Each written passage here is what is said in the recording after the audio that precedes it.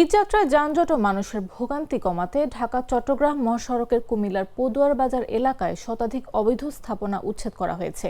রোববার সড়ক ও জনপথ বিভাগ, বিআরটিএ, কুমিল্লা সিটি কর্পোরেশন, সদর দক্ষিণ উপজেলা প্রশাসন ও জেলা প্রশাসনের যৌথ উদ্যোগে এ অভিযান পরিচালিত হয়। অভিযানে পদুয়ার বাজার বিশ্বরোড এলাকায় মহাসড়কের উভয় পাশে ফুটপাত ও সড়ক দখল করে যানজট ও জনভোগান্তি সৃষ্টি করা শতাধিক দোকান, ভ্রাম্যমাণ ব্যবসা প্রতিষ্ঠান ও বাস কাউন্টার উচ্ছেদ করা হয়। কুমিল্লা সদর দক্ষিণ উপজেলা নির্বাহী কর্মকর্তা সুজন চন্দ্র রায়ের নেতৃত্বে এ অভিযান পরিচালিত হয়। নির্বাহী ম্যাজিস্ট্রেট সুজন চন্দ্র রায় বলেন, পদুয়ার বাজার এলাকা দীর্ঘদিন ধরে যানজট প্রবণ। আসন্ন ঈদে এই জট আরও বাড়তে পারে, যা ঘরমুখো মানুষের ভোগান্তির কারণ হতে পারে। তাই জেলা প্রশাসন, সড়ক ও জনপথ বিভাগ এবং বিআরটিএর যৌথ উদ্যোগে সড়ক ও ফুটপাত দখল করে থাকা অবৈধ স্থাপনা উচ্ছেদ করা হয়েছে। এতে ঈদে বাড়ি ফেরা যাত্রীদের চলাচল কিছুটা স্বস্তিদায়ক হবে।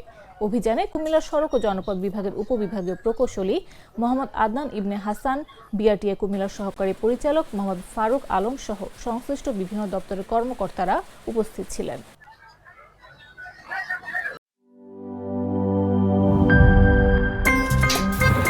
আমার একটা স্মার্ট সিদ্ধান্তে 25% গ্যাসের খরচ কমেছে। ভাবছেন কিভাবে? সাধারণ গ্যাস স্টোভ বদলে আমি এনেছি আরএফএল গ্যাস স্টোভ। এর সাইন্টিফিক নজল ও ব্রাস বার্নার ক্যাপ সমানভাবে তাপ ছড়িয়ে রান্না করে দ্রুত।